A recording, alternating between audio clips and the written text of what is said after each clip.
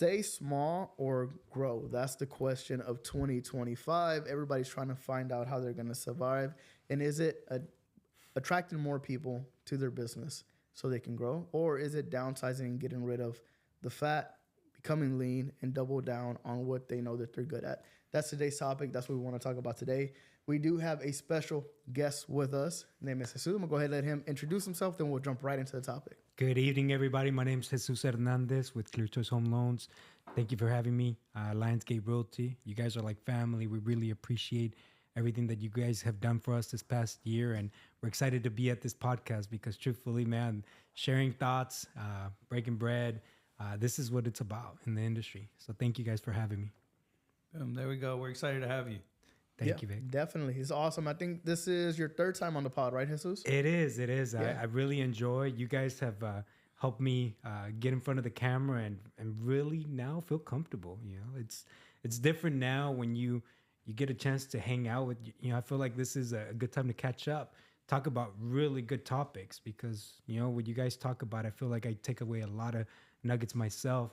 So this really helps out for me. That's awesome. Before we get into the nitty gritty of the podcast, I do want to point out very rarely do people come in to our office and make an impact. But Jesus came over here and started talking about all the great things he was doing out on the track. And now we're about to start a run club because we're all competitive over here. I still don't think you can beat my cousin, bro. You're like 73 medals behind. Look, I said what I said off camera. Tell Mr. Davila if he wants to see me somewhere. You know, that was the intention. I did put a post a few weeks ago, and the reason is because it's a journey. It's not overnight. You know, I feel like running it's not a sport where it happens overnight. It's built little by little, putting a lot of effort, a lot of psychological, a lot of mental work has to go into it. Running the 10Ks, now my body enduring the resistance that we're saying, why are you doing this? Why are you putting me through this to now? I feel like, hey, when are we going to do this again? You know, when are you going to do this? And when are you challenge me again? That's how I feel now. My body's responding. So I'm glad to hear that. Vic, you guys, I'm glad that we could be an inspiration to others because truthfully, that's what happened to me. I was inspired by somebody else that just said, I wanted to run. I wanted to get in shape. You know what? I'm a little jaded. I'm going to be honest before we start this topic because I showed up to one of our podcast episodes with my trophy and everybody clowned me.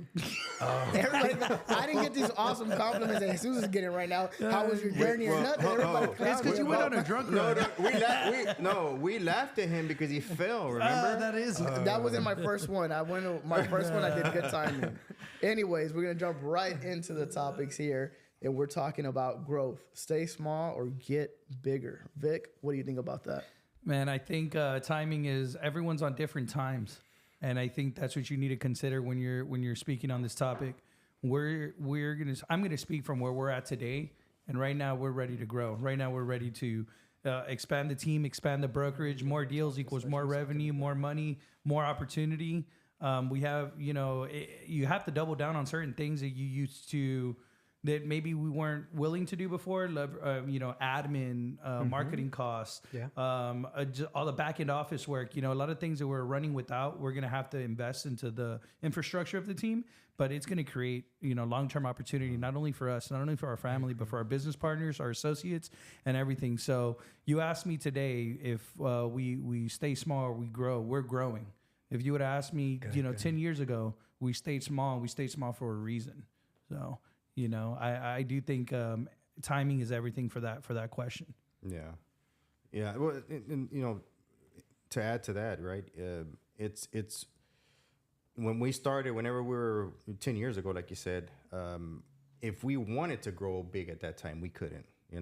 So it's kind of like the ocean.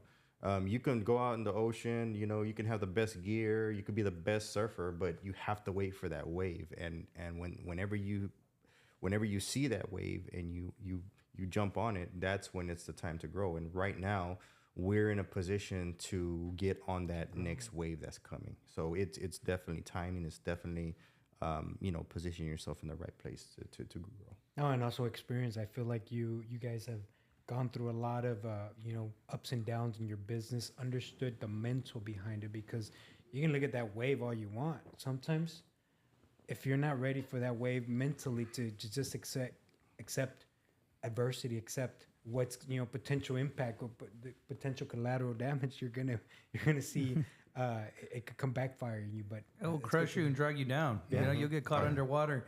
And I think that's something that we're always very conscious of.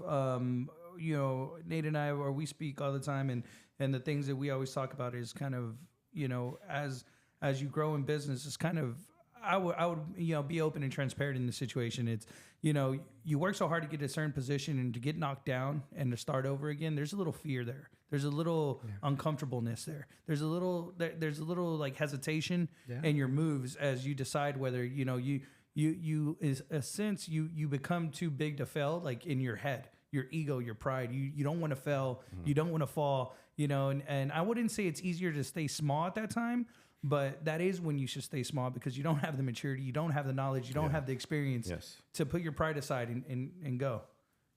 I think the other day, Vick actually was telling us, and that I have that like in my head, that you brought up that example of whenever like either you as an agent, like you're starting to produce and you want to like generate like, numbers for yourself. At the same time, you're like wanting to grow and become possibly a manager, but what do you want to, get out of it? Yeah. So I think it's what you said. It's just you knowing yourself and knowing if you're ready to grow, or where are you going to get like that benefit from? Like if maybe actually staying where you are and just implementing more things to grow like yourself compared to trying to manage somebody else. Like I think that is super, super important. And I feel like in a way I can relate like to myself in that situation that I want to do more things. But at the same time, I know my situation. I know everything that that surrounds me. And I'm like, okay, wait, it's not the time yet. Yeah.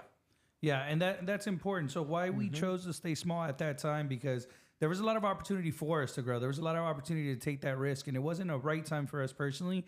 In my mind, I constantly had my sales managers and division presidents, owners of companies telling me, you don't want these problems. You don't want them right now. Yeah. You're going to make less money. You're going to have a bigger headache. You're a young guy. Make your money. Do your savings. Hit your goals.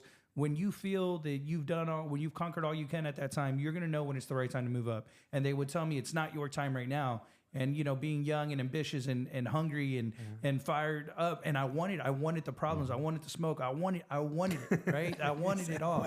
And I realize now how right they were, because it takes so much endurance. Back to what we were talking about running. You can't run out of gas. You can't run out of steam. There's no one there to help you. It's a mental game. You have to have that personal endurance that you got to pick yourself up. You got to talk yourself off that ledge, and you got to keep going. And you don't build that overnight, because right now as a salesperson, you have a lot of success, and there's nothing wrong with that, but you don't know how to overcome adversity right now. And there's nothing wrong with that. Enjoy that time. I sent Jovani a video of a lady that did on Austin, and one of the comments were it was a house tour, and the comment said, "Only if I wasn't 19 and broke." She said, "You're not going to be 19 and broke for the rest of your life. Enjoy your time. Appreciate the moments." And I just think that you're a solo agent, and in that time, enjoy that. But go ahead. No, and I hear you, and I hear myself in the background in my mind answering that question, because what happened to me is we didn't know any different to continue growing, but now it's very intentional. Now we're growing with a purpose. Why? Well, when you have to actually understand that the people around you that you brought in the business, we spoke earlier about this, they have their goals, they have their dreams. And there's John Maxwell that has the law of the lid. I'm sure you guys have heard it. And if you don't think bigger, the people that are in your organization will walk. And sometimes it takes that internal hurt and internal suffering from within, saying, no, I can't grow, I can't excel because I'm going to lose everything, or in this case, I don't have the resources. Well, to be honest, you never really have every resource that's available. You just make it as you grow. And so, or you make it as you keep, progressing in business. So for me, it happened that the people around me wanted to buy houses. The people around me wanted to continue feeding their family. They're asking me, hey, I want to make more money. What does that entail? Responsibilities are growing.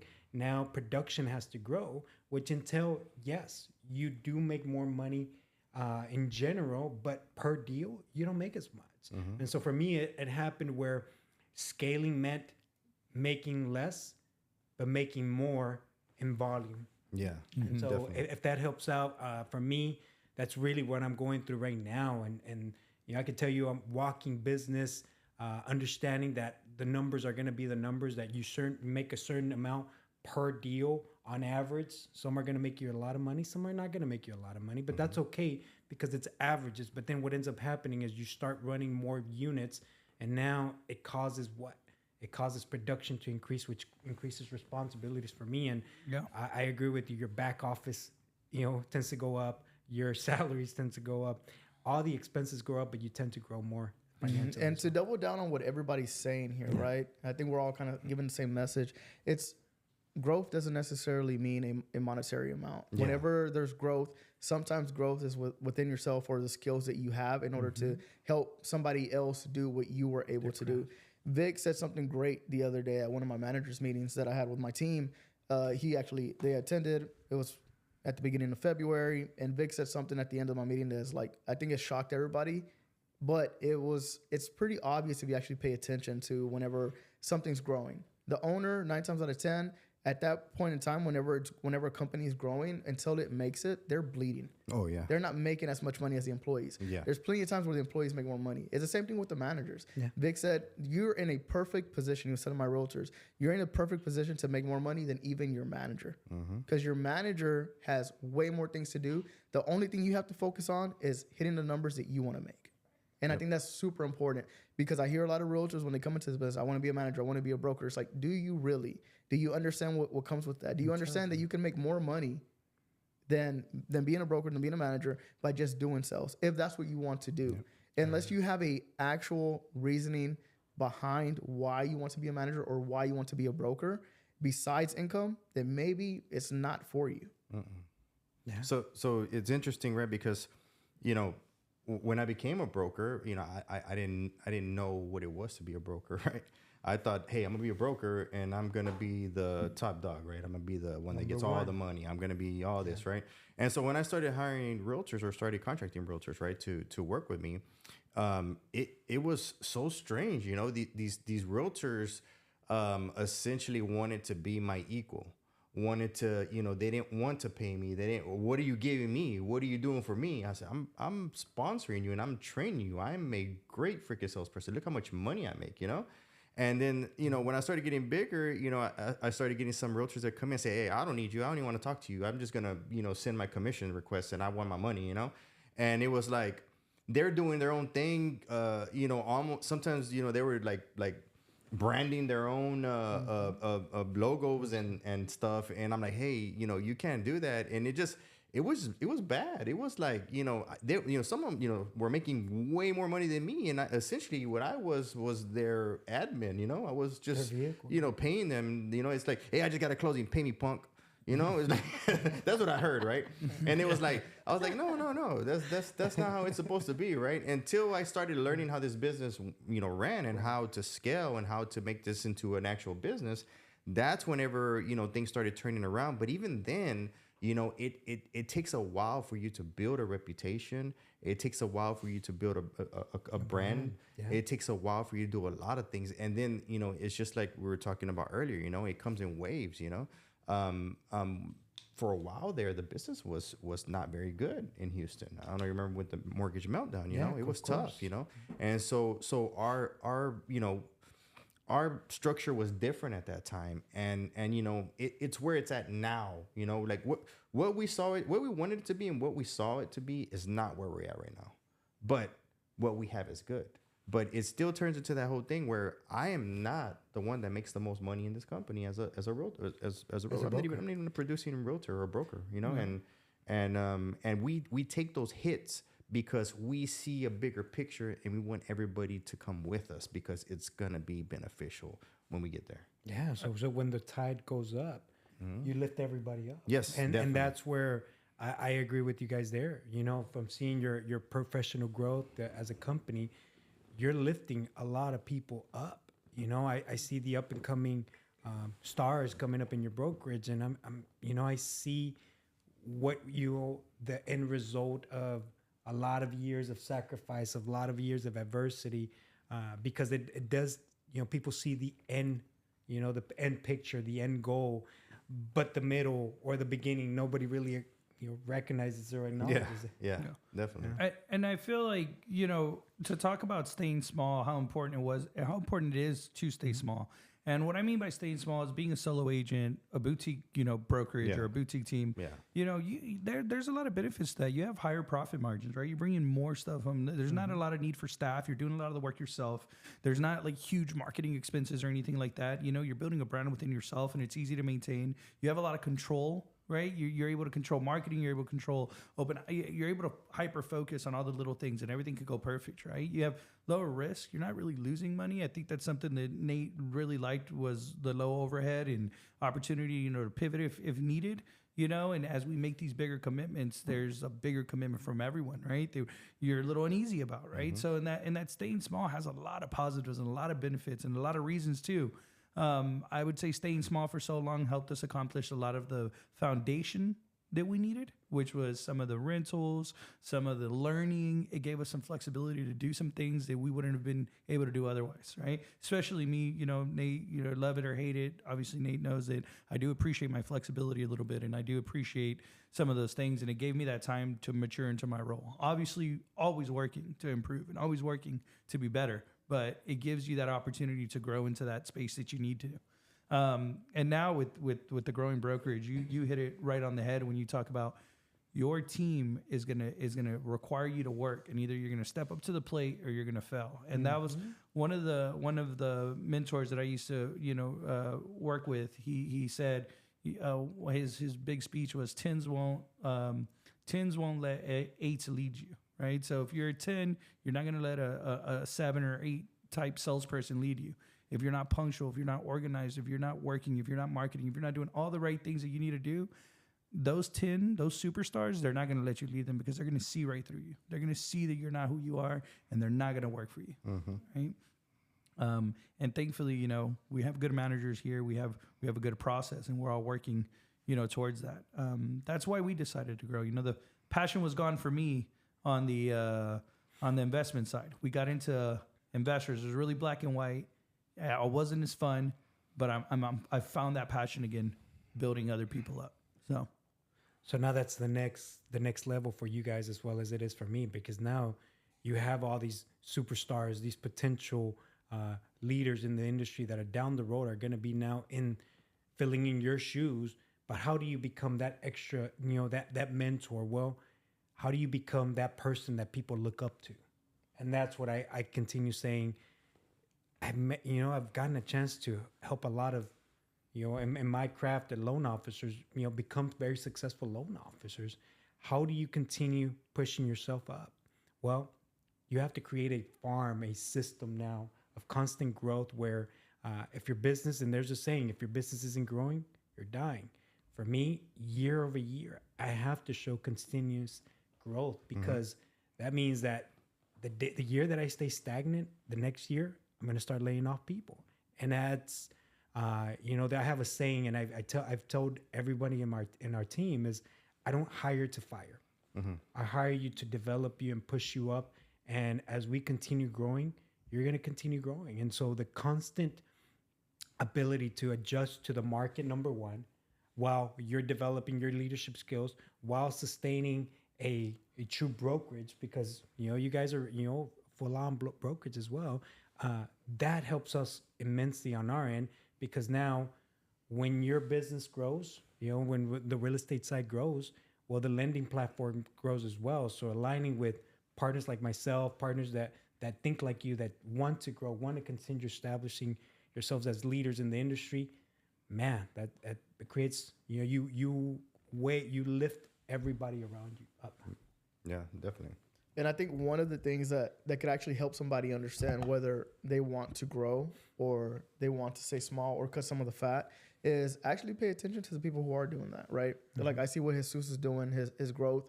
And sometimes, I mean, like I've talked to Jesus before, right? I've seen his struggles. And then I talk to you guys, the struggles that you're going through. And then you find yourselves like, man, do I really want this or not? And the moment that you're like, okay, I'm down for it. I'm down to go through the struggle right now, whatever your situation might be. Then those are the people you attach yourself with. And then you keep your circle within that. And you continue to understand each other. Whatever struggles this person's going through, the other person might be going through. So y'all understand y'all got to work together.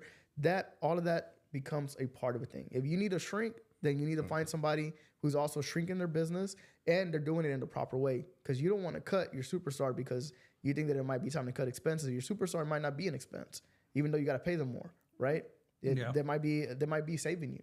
So you have to keep your circle within the same aspect of what you're doing, whether that be growth or shrinking. You have, if you're gonna grow, you have to grow proportionate, and if you can't grow proportionate, then stay small.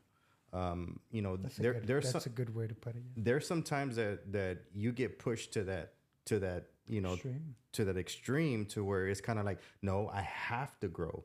No, you don't have to grow. You have to make sure that your company has grown proportionate, because if your company has grown and your branding and marketing is through the roof and everybody knows who you are, right? But you don't have enough training to carry XYZ realtors, then it's not time to grow. If you have XYZ realtors, right, and you know nothing about marketing or social media marketing, because like I always said, social media marketing and real estate and any sales position, honestly, now they go hand in hand.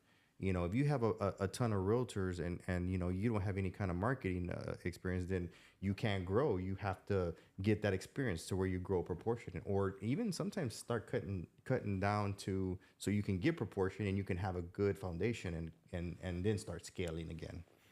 Yeah, no, I agree. I agree with you there, because recently this reteaching or reinventing yourself, how you market yourself, does allow for more business to come in, but then you have to look at your infrastructure. I remember, and we're living, breathing, partners. And so for me, recently, a few months ago, I had a chance to sit down with Jovani. I had a chance to sit down with Flor. And that's exactly what we were talking about. It's like, how can we help you guys and help us? How can we improve? What can we work on that fits what you're trying to do? So our marketing might be, we're bringing in more business, or we're supporting the partners, but what are we doing to sustain it? How are we keeping you happy? And so I had to take a step back and say, what do we need to do to grow? What do we need to do to keep you happy, to make sure that your business continues to grow, continues to sustain, and how do we make things easier for us to communicate? And so those were the loose ends that I feel like, generate more revenue, generate more marketing that comes with it. But also, how do you keep your back office? How do you keep the partners that are, taking care of you in-house taken care of? So we had to realign our way of doing business. So that's something me and Vick, right? Because our age gap, it's huge, right? And Vick is really big on. How old is Vick? I got to keep these. I'm 33, Nate's like 29. I wasn't gonna bring up No, we have an age gap. So his mentality is that of like you're saying, how do I keep the realtors happy? Let's do this, let's do that. Yeah. And I'm more of a you gotta remember, I grew up in the 80s. I grew up with Saturday morning kung fu movies, and I'm more of the, hey, you know what? If you want to learn, wax on, wax off. You show up. You wait. If you're waiting for me for 2 hours, right? I'm the master here, right? The kung fu master, right? I'm training you. You want to train in my dojo, And I'm like, hey, I'm like, first show me that you want it, and then I'll take time to show you. And people that show me that they want it, right? Those are the people that come here. They show up. They're texting me. They're calling me. They're bugging me, they're everything. Ask any of them. I will sit down with them for an hour and explain to them or show them how to do what they need to do. And you know, that's just the way I am. I don't like to, you know how they say, throw your pearls to swine, you know. I want to train people because, you know, we've trained a lot of real estate agents here, you know, when we at the beginning that we showed them how to make money, and then they leave. And then they try to start their own brokerage or their own whatever. And like, bro, come on, you know? It's like, dude, first learn this, you know? And I could even take it back to surfing, you know? Because Vic said something interesting, that I had heard before, you know, that sometimes these waves crush you and they can drown you and throw you into the coral. I didn't know any of this, you know, because I don't know anything about surfing. But you know, when I went to California, you know, one of my cousins was telling me that, you know, was explaining all these things to me because I thought there was gangs down there. The movies and TV makes it look like there's surfing gangs that beat each other up, right? and he said no. He goes, that's not it. He goes, it's that people don't want inexperienced surfers to get hurt because then they'll shut that part of the beach down. And so that's kind of like what happens here too, you know. You'll get a new real estate agent that's 2 years, 3 years in the business and then becomes a broker and then starts their own brokerage, and then you sit down with them and they're like, hey, I'm gonna do this, and you know, and I'm like, hey, you know what, man, maybe you shouldn't do this, maybe you should do this. No, you don't know what you're talking about. You're whatever. You're just hating on me. And I'm like, all right, go ahead, do what you gotta do.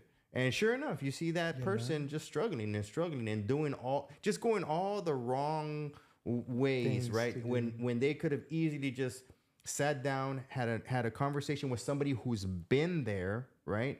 And helped them do what they need to do. And no, they rather struggle another, you know, 3 or 4 years until the next boom, and then, you know, call it a success. But that's real estate in general. So I'm glad we're talking about this, because now that we're going into 2020, you know, we're now in the middle of 2020. You're starting at 2025. The outlook looks great. You know, we're expecting some great things for the economy, jobs creation. I mean, there's an influx, and you're always going to hear the good and the bad. But overall, there's optimism in the U.S. economy of where the direction that we're going to go about believing in us again as a country. So what does that do? That motivates people to say, I can go out and buy a house. I can provide a family, a home to live on. So the outlook for this year is we should be seeing success. We should be seeing, I don't want to say that we bottomed out, because, you know, the numbers don't say that, but overall, I feel like we're moving in the right direction with at least public belief. See, that's what I like to have on the podcast. True red-blooded Americans. I love that. While we're getting on that, I want to address something that Nate said. You know, Nate said that he is not a hater. I do want to say that I am a hater, and I do hate on some of you guys. And I'll let you know. If you quit Lionsgate Realty, Vic will look at your numbers for 10 years, and he will make fun of you. He will make jokes, and even when your license expired, your license is expired. That's like we literally laugh about it at our quarterly meeting. He's like, "How's that guy doing?" It's not doing we good. have a section called "How are they now?" How are they now? Where are they now? Where are they now? You know, me and Nate have some crazy ideas all the time. I said, but man, I think we were both on the same page on this one, and Nate last minute talked me off of it. I wanted to do that, you know, where the pets, what is it, where the adoption song? Oh, the my God. The arms of an angel. And I wanted to put, every year I was just going to add a new realtor that left the brokerage. I was just going to add it on the video carousel. Yeah. I was never on board. Cars now. This one's in rehab. This one's at Kroger. I was never on board with that, just to let you know. Yeah. I still want to do that, so, you know. Maybe one day I'll win Nate over. This one's still at 2.5 sales. I just got to say this. Any real estate agent that is here at Lionsgate Realty and has ever gone out with Vic and got blacked out drunk, don't quit, bro. Facts. Don't quit. Well, while we're on that subject, if you guys ever want to pick up running, you know, when I'm really tired and I want to quit and I want to give up, I think of myself, do I ever quit on myself when I'm out? No, I don't. I keep going. Hey, that is true. You did say I want to run what is it, 10K or no? Yeah, you were going to sign up for the Chevron. Yeah, I was going to cold turkey a marathon. I said that fire I got inside me, man, I'll do it. Nah, he's done a 4 p.m. to 7 in the morning before. That's what he's talking about. Yeah, a different kind of marathon, but I've done it before. But just to bring it full circle, right? Because we're talking about the hurdles and the growing pains within the technicality. Now, I actually want us to focus on, because we're all here, we're all a quote unquote a family business, right? Yeah. Either the people that we work with are family, or or the people that we're trying to hire are family. So what is the growing pains whenever it comes to family, whether it be personal or the ones that you are hiring? Because we have people here who have brand new kids, like meaning like they just had kids, somebody who has kids that are growing up, and somebody who's ready to retire. So I want y'all to actually talk about what is those growing pains and what does that feel like in your personal life? What do you mean, like with kids? What do you mean as far as growing pains? Like growing pains in general, while you're trying to grow as a company, like in your personal life, what is the growing pains that you have? I'm gonna tell you my growing pain. My growing pain was, when I got into real estate, I loved real estate because it gave me the flexibility to hang out with my kids, and holidays, weekends, I could leave whenever I wanted to with, when they were off. And my daughter, all my kids, they all wanted to go into real estate when they were kids, right? Oh, they loved what I do. Yeah. And I never forget, my oldest daughter, she said, I want to be a real estater. She always used to say that, and so there was a rule in my house. When you turned 12 years old, you worked. Holidays, weekends, you worked, and you got paid, right? But you got paid minimum wage. But you were doing all kinds of stuff. You were scrubbing the emails for me. You were you were doing whatever I asked you to do, taking calls, all that stuff. Well, my daughter, my oldest, she broke my heart when she said she didn't want to be a realtor and she didn't want to enter the industry. And so honestly, I was really tough on her for not pursuing this, because I felt like that's something that I could give her. Yeah. And then what she wanted to do, I felt was a hobby. I didn't see the value in it, right? Which now it's a, I guess it makes a lot of money. I'm not even sure how much money it is, right? What kind of industry it is, but that industry makes a lot of money. So and she helps us with our media now. So she's really good at it. But I think one of the growing pains of working with her, right? Because I ended up getting my way and pulling her into the business. Works. Yeah. Just a different craft. I think one of the issues was, and she told me one time, she said that, she started crying and she said, Dad, I just want you to be my dad. It's always business with you. And I didn't realize that, I was spending all day with her, in business. And then when I was on our way home, I was complaining about what she didn't do, what she was supposed to do. And then even at the house, I was, talking about what she needed to do the next day. And then when she woke up in the morning, I said, hey, you need to get up, you need to finish it. And it was like that. It's like just we live, breathe real estate. Yeah, we're just business, I want my father. Can you do something with me?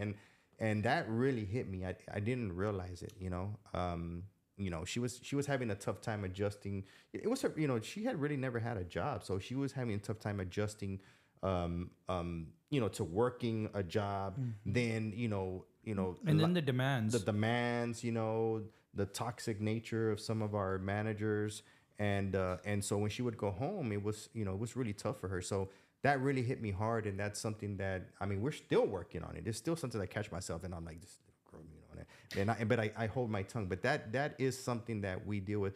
My son said, "Oh heck no, I'm going to somewhere else." He went to work for a builder, and right now my youngest, she just started getting into this business, but she's working more the administration side, so it's a little bit more technical versus actual sales and media and stuff like that. But it's something that you have to deal with, whenever you're working with family, But now here's the blessing that within the craft that you stuck with, mm-hmm.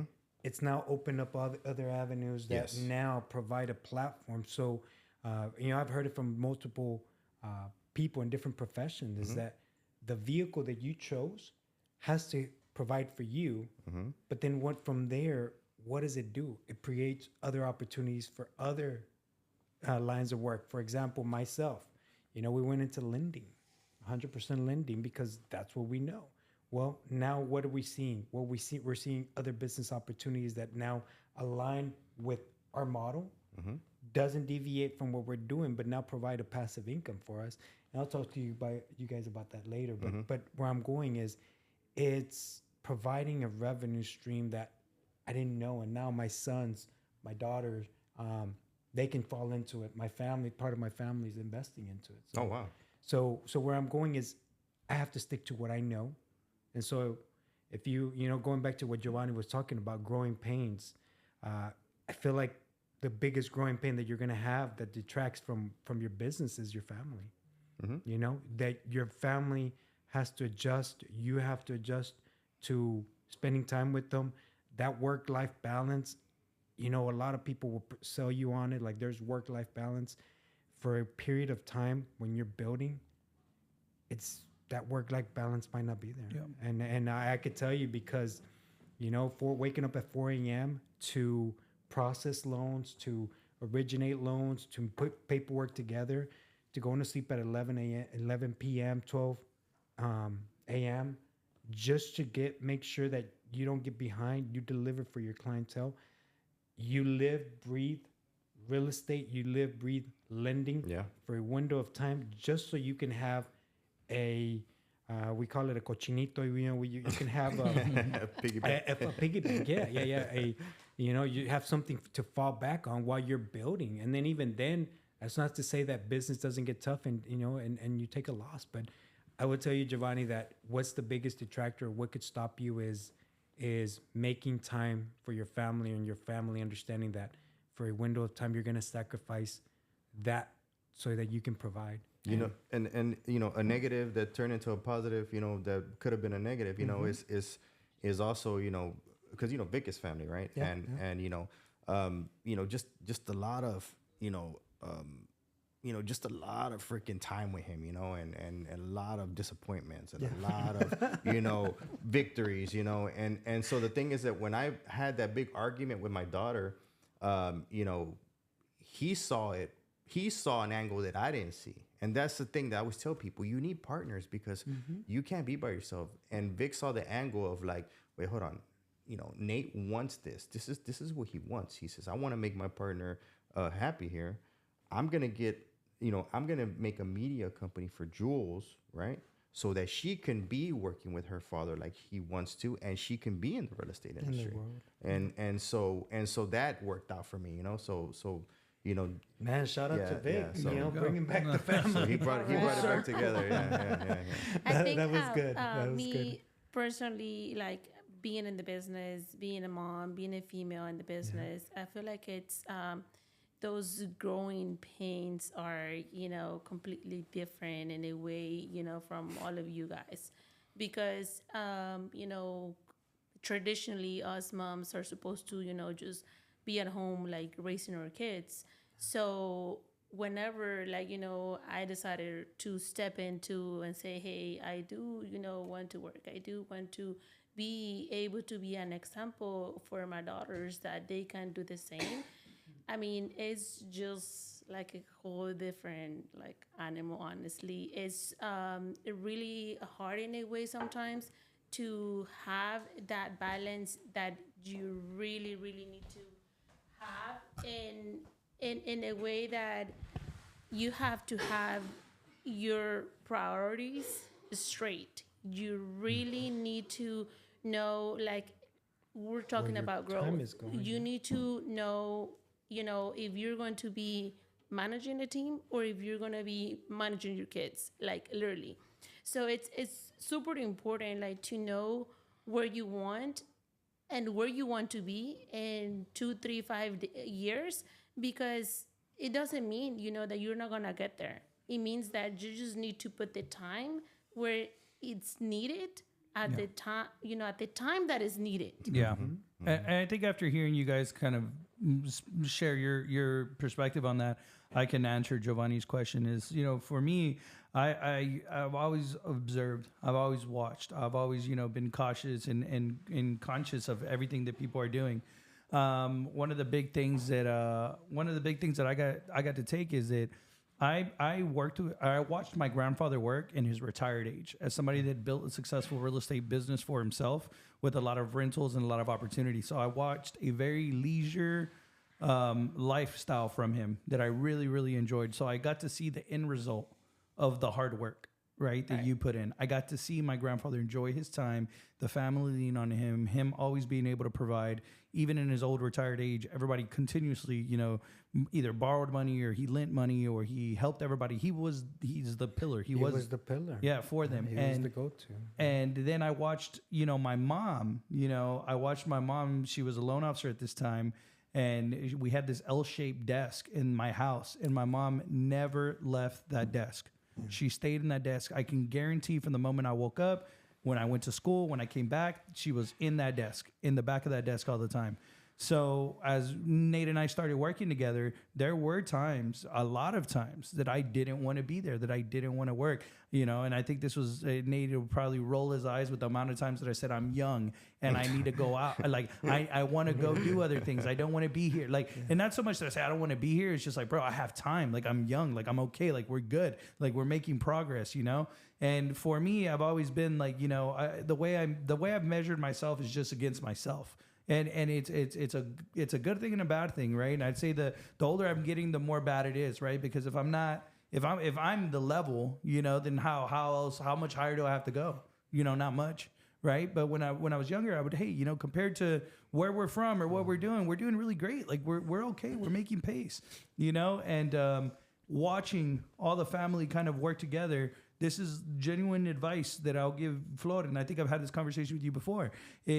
You have to give your time to your family at the time that they need it, because I've seen both. I've seen somebody sacrifice that family time, regret it later on in life. I've watched people not give up that family time and be happy with it. Everyone's timing is different, right? So you got to make those decisions for yourself. Now, I was fortunate enough to observe, to be conscious, to watch those things. And I say fortunate because I was very fortunate that I got to see my grandfather and my mom. Chance to see it. And understand it, really more importantly. So that's why work-life balance is important for me. And even though it's uncomfortable, and even though sometimes I don't enjoy my days off like I should. That's one of even Nate's complaints with me, that he was like, bro, you made the decision to take off, don't come here. I said, take the day off. Go, take the day off. You already said, just do it, and it's hard. It's hard for me. It's hard. And even though I have the backing of my business partner, I have the backing of my managers, I'm still like, bro, it's hard to disconnect. So I understand the struggles, and the more you train yourself and the better you prepare yourself for those moments, you're okay. Now I feel like I tell Nate,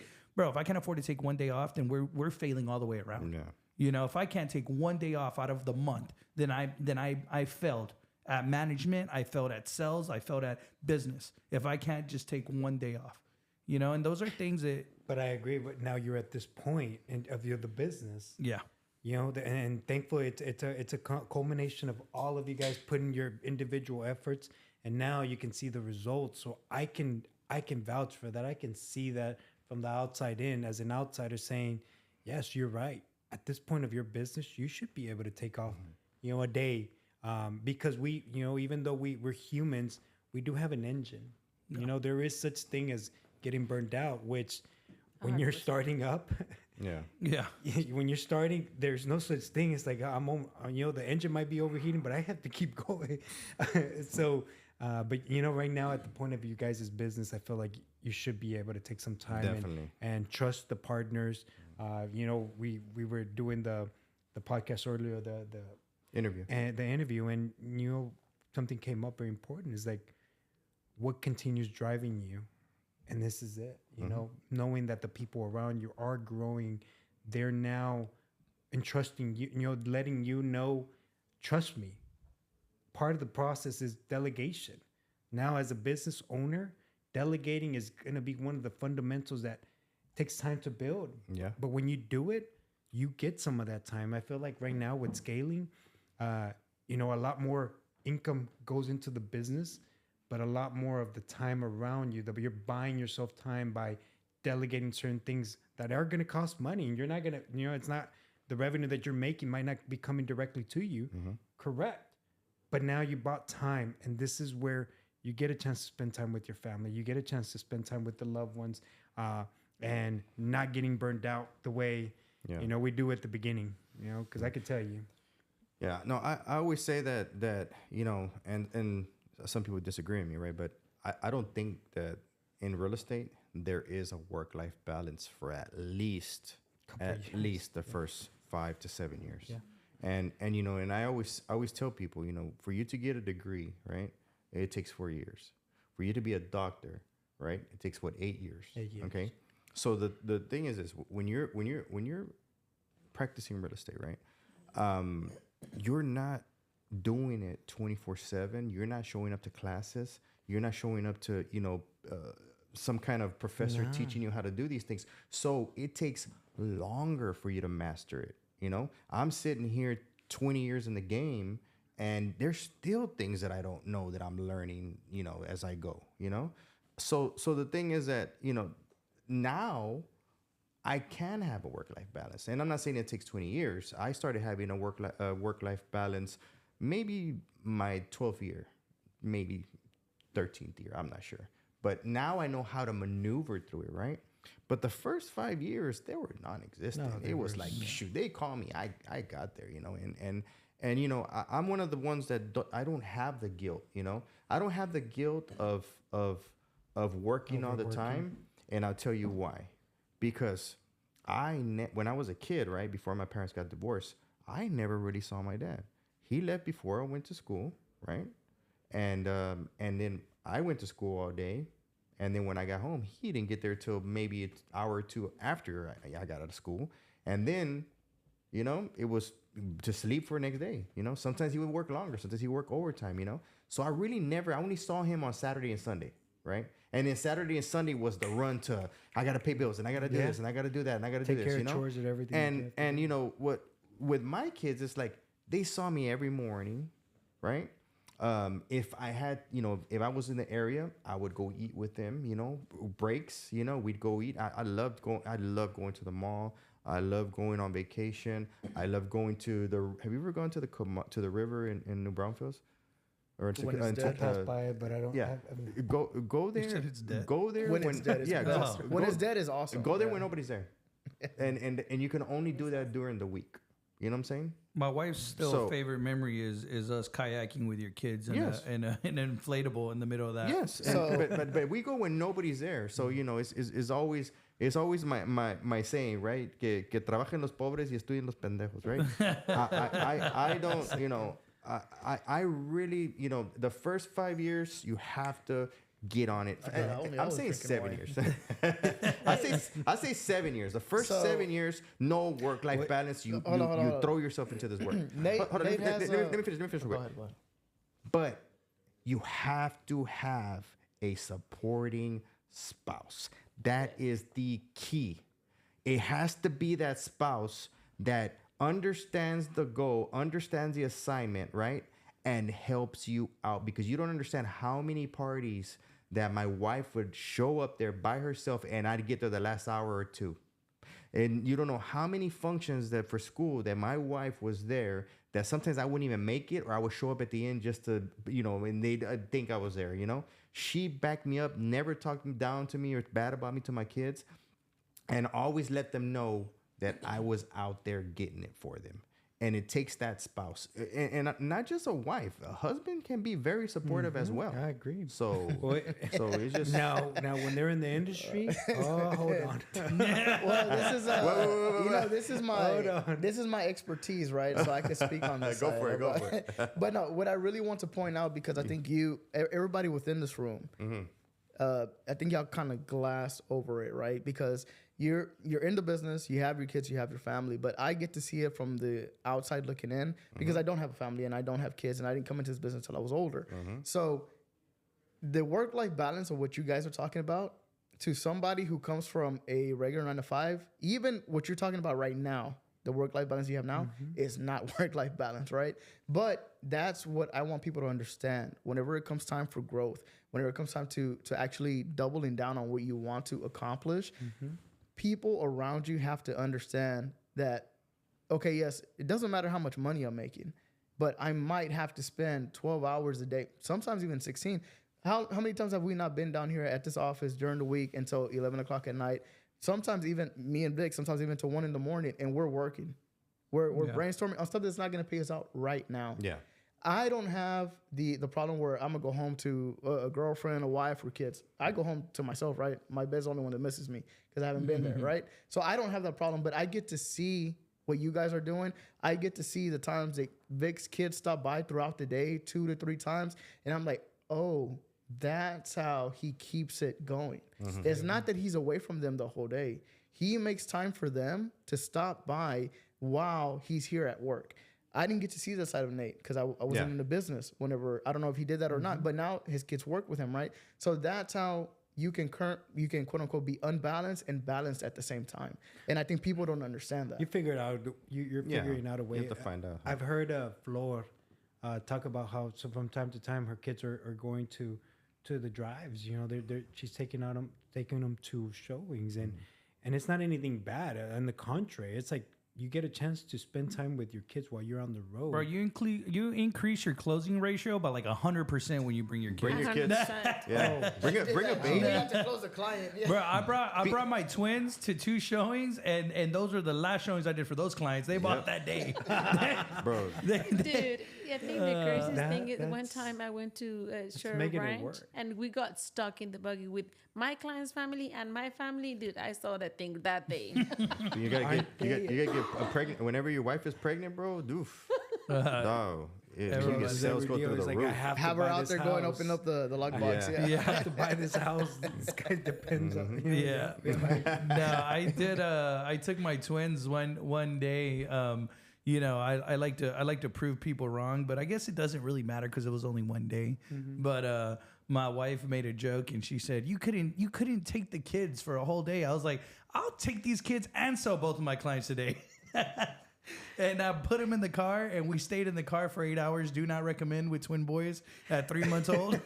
But we both closed the clients, so you know. Now I don't get tested anymore, you know, because I do what I said to do. 8 hours. I mean, even that there's Let that plenty sink of in, 8 times. hours. There's plenty of That's a times that lot. I think it's like, of course, whenever you look back into it, right? Like I was actually thinking about our office in downtown the other day, and I was thinking about like whenever we first got it, and like right after we first got it, maybe 2 years later, Vic, you had your kids. Yeah. There was plenty of times where I was out there working on something until 8 or 9 o'clock at night, and Vic shows up with the Damaris and the twins, brand new. They're sitting down there. You know, we had the mother's room in the back, and it was just like it's something that most people don't get to see, so they don't understand what it actually takes to build a business. And what Nate said was perfect, right? You have to have a spouse who understands that as well. Definitely. A spouse who comes from like a 9 to 5 and doesn't understand that, doesn't see that you're gone 12 hours out of the day at a job, but now you're gone, quote unquote, 16 hours a day, but they can be with you. It doesn't click. And a lot of times there's a problem. I mean, we see it plenty of time with realtors, right? Yeah. And sometimes some realtors se pasan and they take advantage of it too. So it happens. It's easy. It's easy to take advantage of this business, you know, and that's why, you know, that's why I will. Maybe you'll link the goal exercise, right? We do here at our brokerage. We do have a goal exercise, and we just touched on this last week. And it's to envision, you know, your reality, the reality that you want, you know, and constantly work towards those things that you want in your life, because you're never going to be perfect, and there's never going to be a perfect scenario, right? Even if you talk about surfing and you're trying to get on the wave, it's never going to be perfect. You're going to have anxiety. You're going to know when to go. The timing's never going to be just right. But if you just make that jump at the right time, you might just make it, right? But the goal exercise will keep you on track and keep you ready for that moment. You're preparing yourself. The muscle memory that Yeah. you're going to need to take. When that opportunity comes, you're living, breathing. And that's you know, I've heard of, I mean, I know I'm kind of going to get off the track, off topic, but I don't know if you guys heard of Jaden Daniels, the young quarterback. Yes. Washington Redskins. Yeah, they're the Commanders now. This guy, yeah, Commanders. Yeah. This guy takes mental repetitions with visual AI, you know, of the snaps. Visual. Well, sure enough, it's elite level. This guy's a grown man. And, you know, the conversation from the critics are, this guy's an elite quarterback. That's a rookie. But the mental snaps that you have to take to be able to do this business. So I commend you guys if you're doing that already, because that's something that I feel like all businesses should implement, including ours. A vision board. What are you going to do? What is your behavior? What is your everyday going to look like when you're breathing? It's not a vision board. We don't. Not a vision board? I don't believe in, Nah, I don't just believe in vision boards. I've fought with them and I told them it's not a vision board. Okay. I believe, Give me a little bit Nah, more. I believe in manifestations, bro.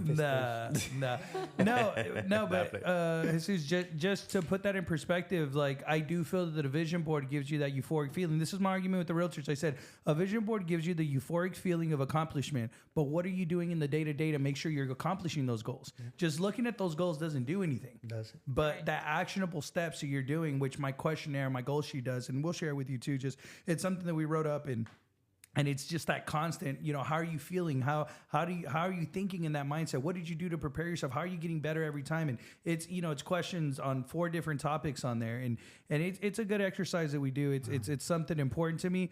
It's an actionable vision board, if you want to call it a vision board. It's action steps. We don't believe in reading books here either, bro. Knowledge isn't power. It is. The action of that knowledge is power. And there's a difference between knowledge and wisdom.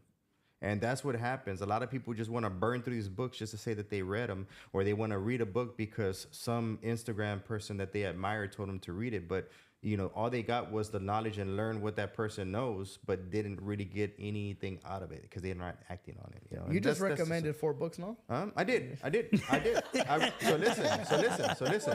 So listen. I recommended 4 books, right? That he listened to. But 4 books that I listened to, right? I recommended 4 books, right? And I said I recommend those books, right? They have nothing to do with. So that's what counts. It's not gonna make you a better person. You're not gonna be an instant success or a millionaire overnight. It's not gonna happen. So, but I recommend. But it's gonna help you with the day to day, I imagine. I recommended those books because I feel that the realtors in our industry, our local industry, battle with being over. They think they're too much information. No. Alcoholism. No. All those things, yes. But they struggle with being humble. They struggle. They think they're the winners. They think they know everything. You can't tell them anything.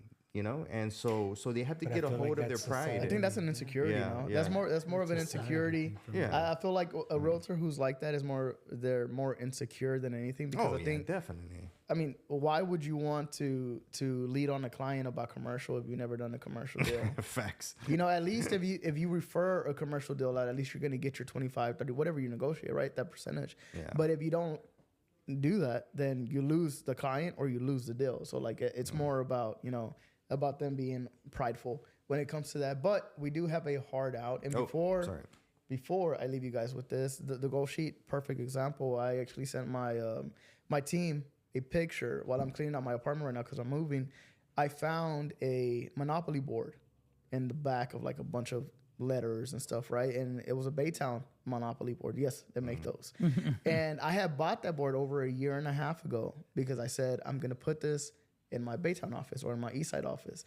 And I never put it down on my goal sheet. I didn't pay attention to my goal sheet, and I left it in the back and it just collected dust. So your goals would just collect dust if you don't focus on them regularly, just how my Monopoly board collected dust. Now I sent that over to my group chat. I put it in there with them just so they can hold me accountable to what I want for us as a team. And that's our Eastside office, which we're working towards. I'm hoping at the end of next year or by the middle of next year, we'll have that. So that's our heart out. Make sure that you understand what it takes to grow, shrink, and keep your goals in sight. And we will have our goal sheet down in the link, so make sure you can download that. That is provided by our president here at Lionsgate Realty, Vick Cortez. You can find him as Realtor. Oh, you know what? I'll let him give he should have hung that vision board on the wall so he could see it every day. With all his other broken dreams. You got that from Patrick Bet-David, no? Yeah. I will give my heart out. I am Victorino Cortez, the president of Lionsgate Realty here. We are hiring. We are actively growing. That doesn't mean you should, but there we go. I'm excited to hear from you guys. This is Flor Velasquez with Lionsgate Realty. My specialty is farm and ranch. So hit me up in Flor Velasquez Realtor. And this is Jesus Hernandez with Clear Choice Home Loans. And thank you guys for having me. My Instagram and Facebook is Apply with Jesus. Yeah, my name is Nathan Malderas. I'm the broker for Lionsgate Realty. You can find me on all my social media outlets at Better Call Nate. And just to kind of finish up here, like I said, to be a successful realtor, if you're married, you need a spouse that supports you and understands what you're doing. I taught my wife a long time ago, no preguntes de dónde vengo, de gracias que ya llegué.